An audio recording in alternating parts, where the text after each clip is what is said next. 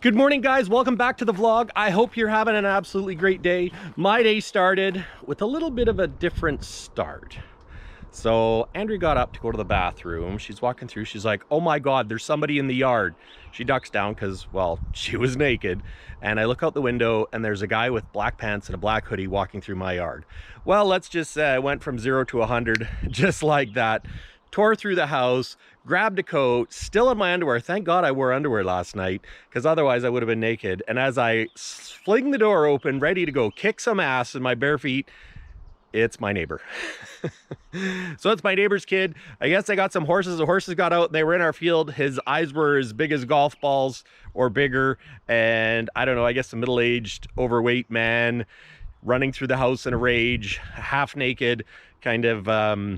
shocked him, needless to say, almost as much as I was shocked. So let's just say if someone comes around my house in the middle of the night and I see you in my yard, it's go time. So yeah, that was the start to my day. And you know what? I was in a bit of a funk yesterday and had a crappy start to Friday. And you know what? There's a few things and yeah, I'm kind of grumpy today. Here's Kenny. Check him out in all his glory. This foot valve scenario is taking way too long. You know what? We're gonna get it going.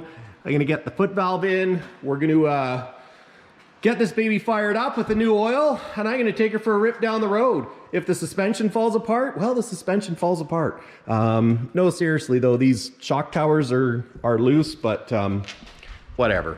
I'm gonna drive this bugger and get this foot valve in, because you know what the problem with Kenny being dead where she sits? He sits, sorry. Kenny is a he. I'm gonna get this foot valve back in. Actually, first I'm gonna turn some, oh, I did already turn that light on. I'm gonna turn this light on.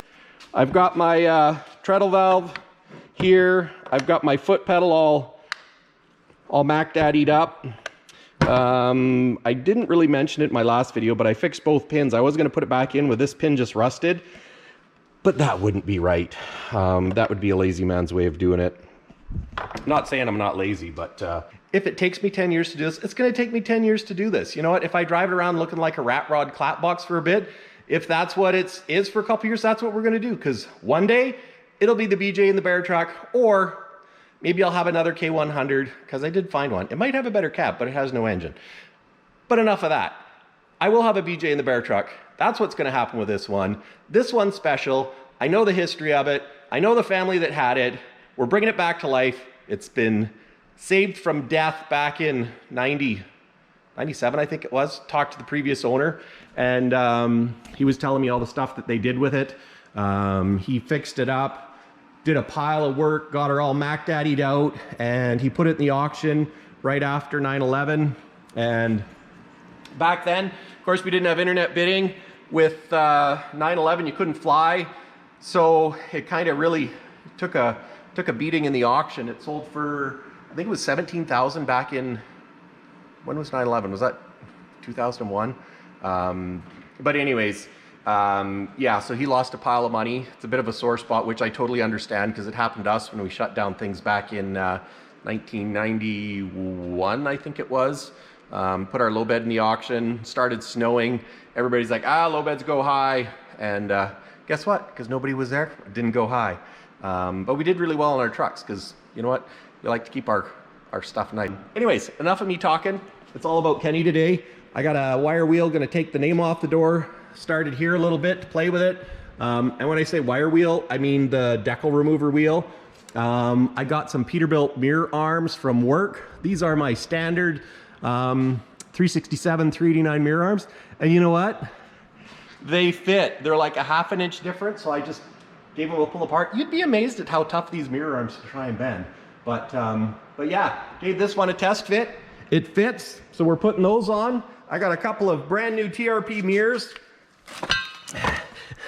These are the mirror arms that I bought for it, which are like old school Peterbilt mirrors. And guess what? These are definitely too small. I should have gave Sean, our parts manager, a little more information. So I put it up here and I was thinking, oh yeah, the old school ones would fit. Yeah, they don't. But if anyone's out there and they've got What is it? A Peterbilt with door-mounted mirrors, and you need a set of these? I'll hook you up, make you a good deal. Yeah, if you need these, let me know, and I'll make someone a good deal on them, because you know what, we got to help each other out. But so these are the mirror arms that don't fit. Got some TRP heated mirrors. I got the angled, or the ones with the offset bracket, because I don't like them covering part of the mirror. I don't know if it's going to work on the passenger side, but we're going to give it a whirl. I got some marker lights for the side. I've got the lighted mirrors, because you know what? I like lighted mirrors. So anyways, guys, I got to get my coveralls on. Let's get to this. All right, we're all covied up.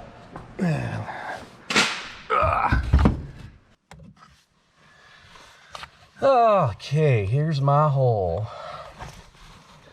God, there's a lot of dirt. Some silicone.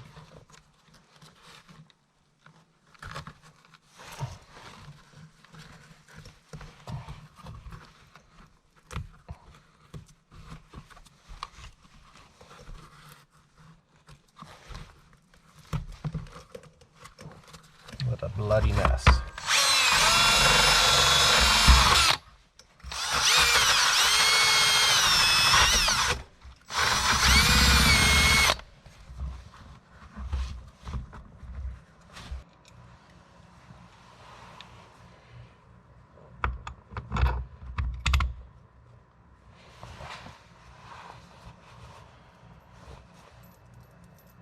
Putting some never sees on these guys so that next time it comes out, it'll come apart easy.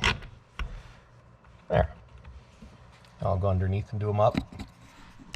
Using Nylox on these, if anybody cares. Oh dear, this is where the long arms are going to come into play.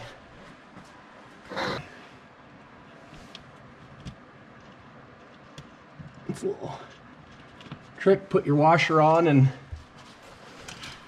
put a little pressure to the side so it holds your bolt.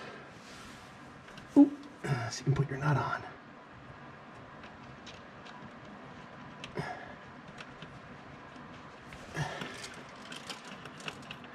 There. Just zip that up with the impact.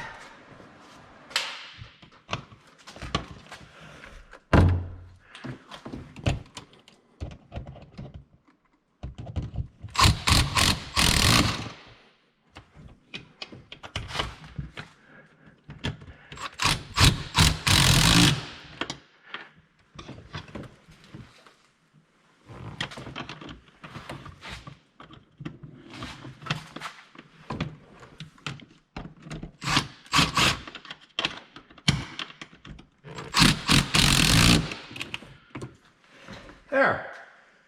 Well, being by myself,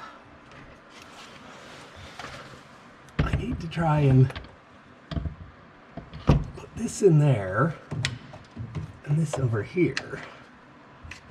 So this is an idea that I just came up with.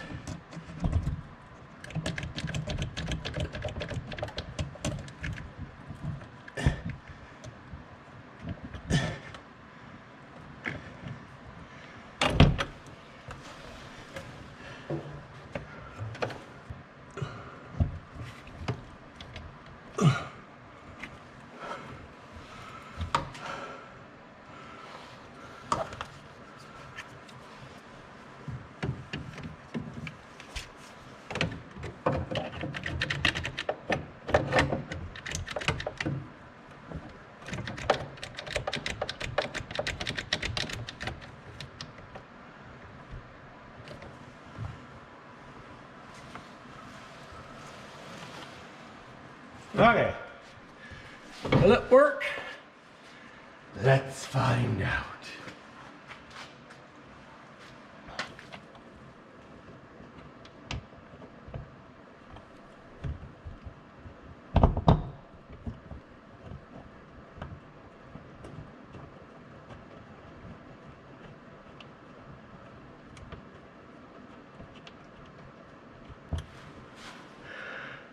There.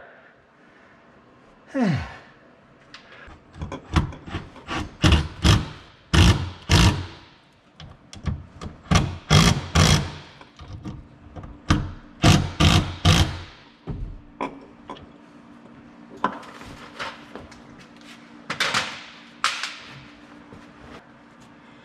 just like that, it's in.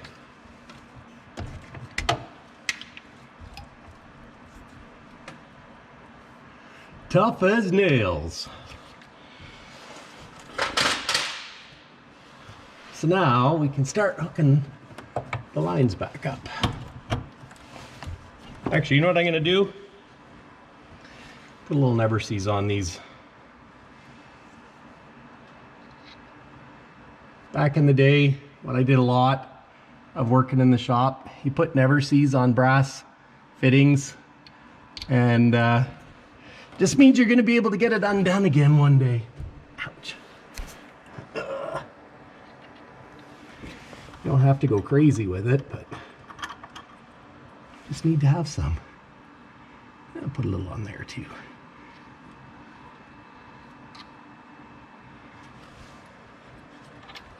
This means you'll be able to get it off one day in case this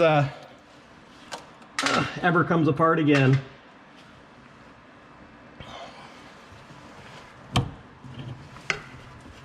Also goes on easier. Lubricate the threads.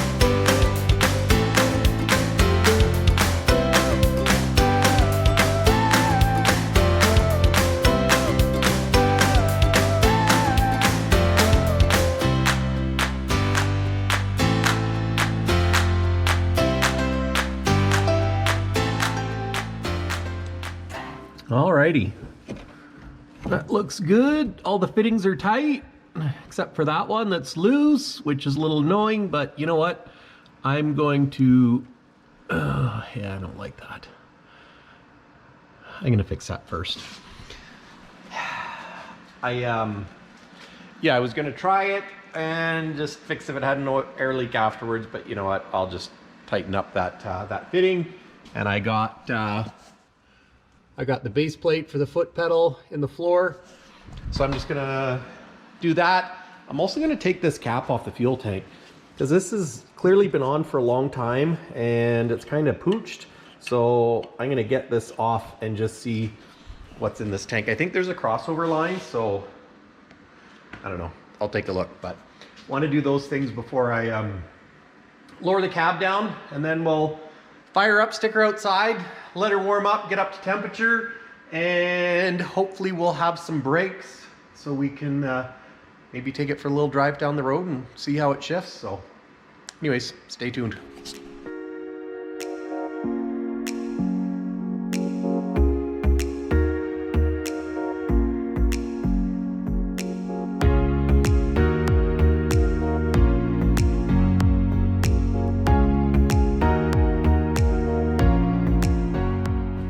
All right, take a look at this. It's there. So we're gonna put the pedal on. Here's the little rubber nub that fits in there. Maybe I should have put this on before I put it on.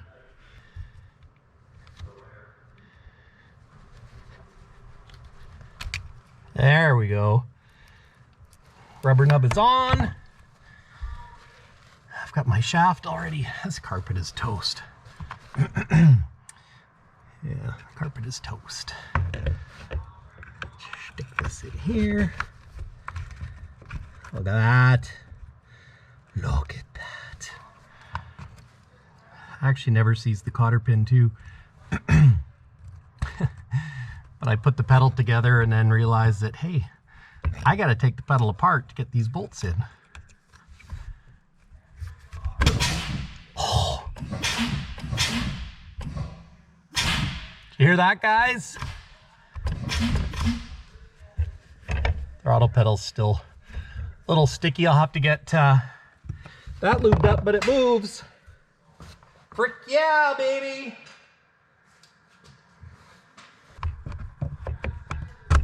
There we go.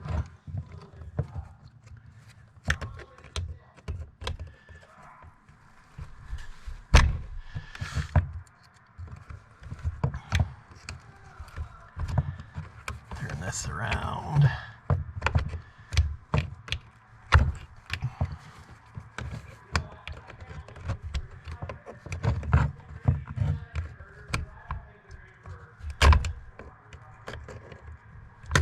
There. Frick yeah, son of a gun. It's one happy Mike.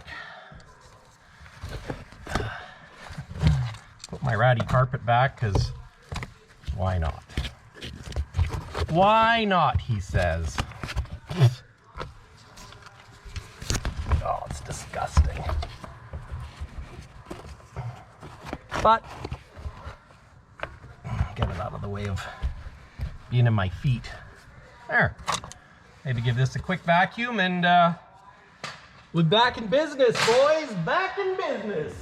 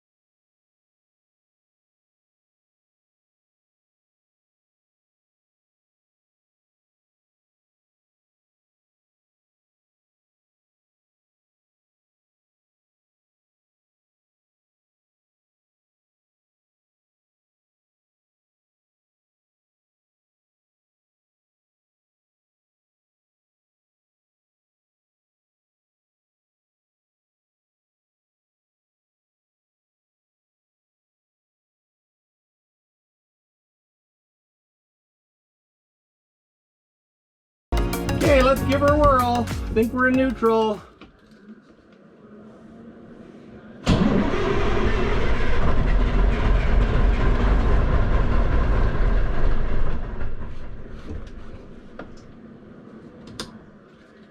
Let's try it again.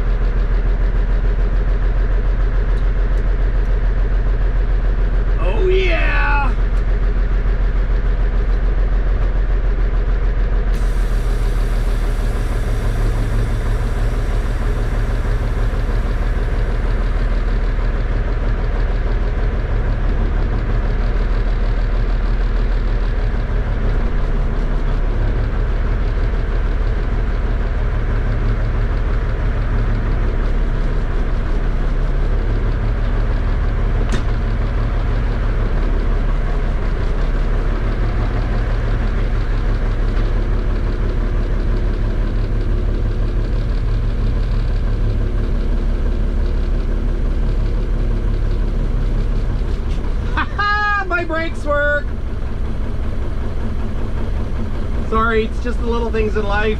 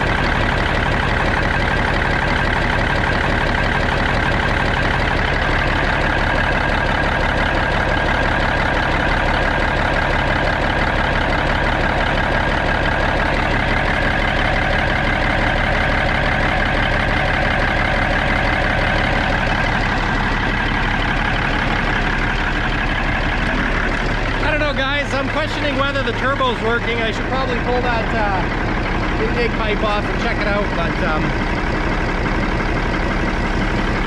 anyways, that's what we'll do.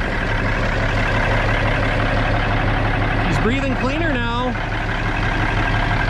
Run a little smoother.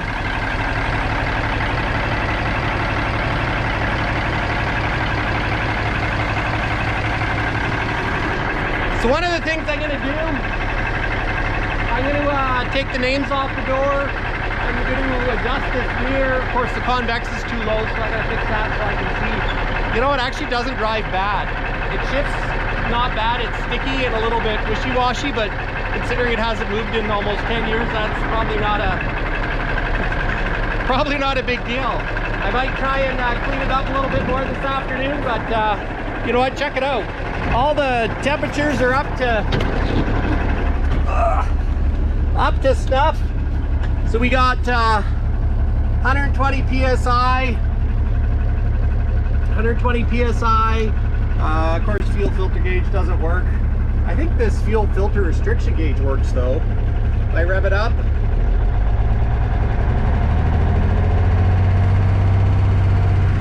See it move. Oil pressure seems, I don't know, seems low to me. 10 pounds at idle. Granted, who knows if the gauge works. When I rev it up to 2,000 RPM, we're 35, 40 psi. Water temperature is 180 degrees. Pyrometer's at 1,000. A little bit of a draw on the ammeter. Looks like it is charging, not a whole bunch, but it is. So I might see if I can get the fan to come on, but overall it's doing pretty good.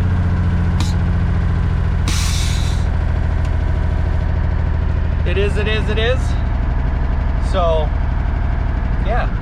Anyways, guys, that's it for Kenny today. Thanks for watching. Please subscribe, and until next time, this is Peterbilt Mike.